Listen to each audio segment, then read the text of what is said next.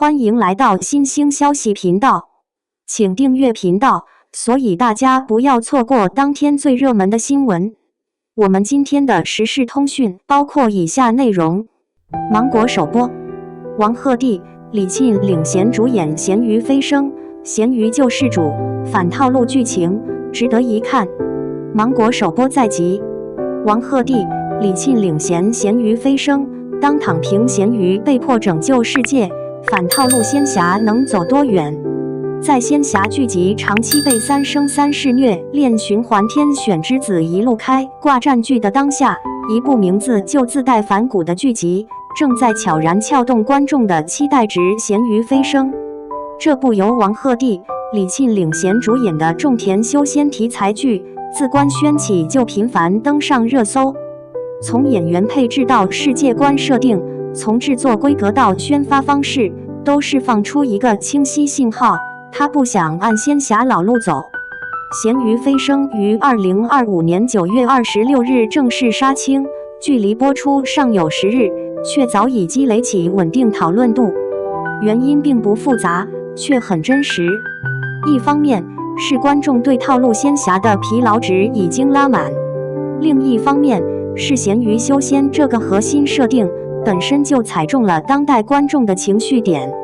在一个努力却不一定有回报的现实语境下，一个曾站在巅峰却主动选择躺平的男主，显然比天生不凡、一路高光的传统主角更具代入感。男主宋钱基由王鹤棣饰演。回看他的演艺履历，从《苍兰诀》中冷酷强势的东方青苍，到《大奉打更人》中亦正亦邪的许七安，王鹤棣已逐渐摆脱早期偶像标签，形成个人风格标签。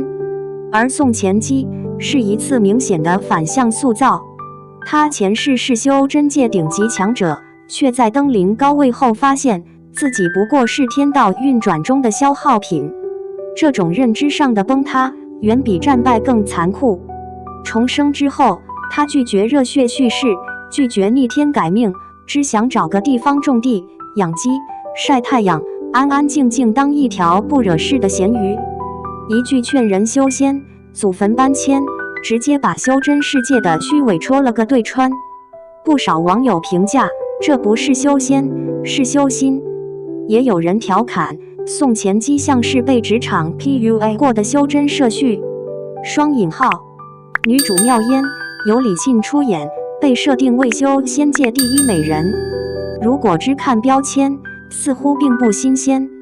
但妙烟并非工具型女主，也不是为男主服务的情感插件，她的存在更像是宋钱基与修真世界之间的缓冲地带。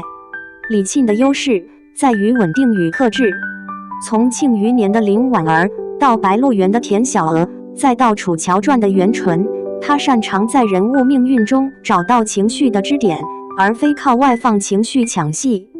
在《咸鱼飞升》中，她的妙烟并不高频拯救男主，却在关键节点成为价值观的对照物。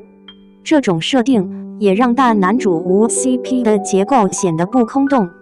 除了主线角色，配角阵容同样具备讨论度。张雅钦饰演的何青青，从毁容到黑化成魔修，人物走向极端却有因果逻辑，被不少观众提前列入高光明场面候选。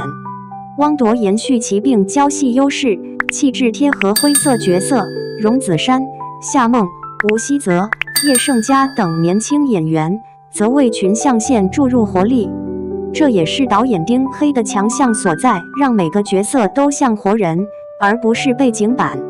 《咸鱼飞升》最受关注的是他明确打出的2张牌：反内卷，大男主无 CP。宋钱基并不追求飞升速度，也不执着于改变世界，他只是一次次被现实推到必须出手的位置。拯救世界不是使命感驱动，而是退无可退。这种被迫承担的英雄叙事，比高喊口号更真实，也更残酷。导演丁黑，编剧饶俊，造型指导易小雅，这套班底并不追求年轻化噱头，而是强调完成度与耐看度。实景拍摄覆盖300多个地点，服装2500多套， 1500多场戏反复打磨，不依赖绿幕堆特效。这种笨功夫，恰恰是近年仙侠剧最稀缺的东西。官方微博以节气博主形式进行宣传，也被网友称为最不油的剧宣账号之一。网友评论：期待与祝福并存。截至目前，关于咸鱼飞升的网络评论呈现出少见的一致性。终于有一部不催我努力的仙侠剧了。男主不谈恋爱，我先给3分好感。王鹤棣这次如果演好，真的能转型成功。李沁适合这种稳重型角色，气质太对了。种田修仙听着离谱，但越想越合理。双引号，也有观众保持理性期待。设定好不等于成片好，还是得看节奏。反套路最怕半路妥协，希望别走回老路。双引号，更多的则是祝福。希望这部剧能给仙侠市场一点新空气，别爆雷，别注水，好好播完就赢一半。双引号，如果把时间线拉长来看，咸鱼飞升的出现并不是偶然。近3年，仙侠剧整体数据呈现出一个非常明显的趋势：首播热度不低，但口碑滑坡极快，观众流失严重。原因并非演员不行，而是叙事模式高度同质化。男主必定天选之子，开局受辱，中期逆袭，后期3界大战，情感线永远大于世界观。观众已经非常清楚接下来会发生什么，自然也就懒得投入情绪。而咸鱼飞升的核心突破在于他否定了修仙等于成功学这套逻辑。宋前期不是我要变强，而是我不想再被利用。这在当下年轻观众中极具现实投射意义。不少网友直言，这根本不是仙侠，是对内卷社会的隐喻。双引号，如果简单把它归类为种田修仙，那是低估了这部剧的野心。传统种田修仙重点在升级路径清晰，而咸鱼飞升更关注的是选择权。宋前期拥有足够实力，却拒绝使用。他不是不能飞升，而是不想。这种人物逻辑在同类作品中非常罕见。有观众总结得很精准：别人修仙是打怪升级，他修仙是心理复健。双引号，这也解释了为什么剧方敢于打出大男主无 CP 的标签。当故事的重心放在价值观与自我认知上，情感线反而成了干扰项。从已知信息来看，咸鱼飞升将于2026年在湖南卫视与芒果 TV 同步播出。这一点对剧集而言其实是加分项。芒果系平台在近年来逐渐形成一个明确取向，不盲目追求开局爆点，而更看重长线讨论度。无论是排播节奏还是宣传方式，都更倾向于慢热型作品。这也与咸鱼飞升的气质高度契合。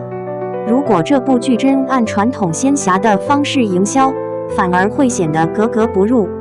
而目前节气物料生活化宣发的策略，明显是想把它往陪伴型剧集方向推。一个很有意思的现象是，目前关于咸鱼飞升的讨论很少出现极端吹捧，更多是这种声音：不求爆，只求稳，别烂尾就行，正常讲完故事就是成功。双引号，在娱乐市场里，这种评价反而显得异常珍贵，说明观众并不是在期待一个神作，而是在期待一次不被辜负的观看体验。甚至有网友直接留言祝福剧组：你们好好剪，好好播，我们就好好看，不注水，不强行撒糖，已经赢过一半同行。双引号，从演员发展角度看，咸鱼飞升同样意义不小。对男主而言，这是一次彻底脱离偶像框架的机会，角色不靠颜值撑戏，而靠人物逻辑与情绪层次。对女主而言，则是一次去标签化的稳定输出，不靠爱情线刷存在感，反而更考验表演分寸。如果成片质量过关，这部剧很可能会成为双方履历中被反复提及的一部作品。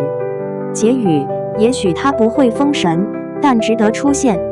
咸鱼飞升未必会成为现象级爆款，但它至少尝试回答了一个问题：当观众不再渴望飞升，仙侠还能讲什么？他选择讲选择，讲退出，讲被迫承担的责任，也讲普通人在宏大体系中的自处方式。这种接地气的仙侠，也许正是当下市场需要的一次换口味。至于它最终能飞多高，等播出见分晓。但至少现在，它已经成功让人愿意点开第一集。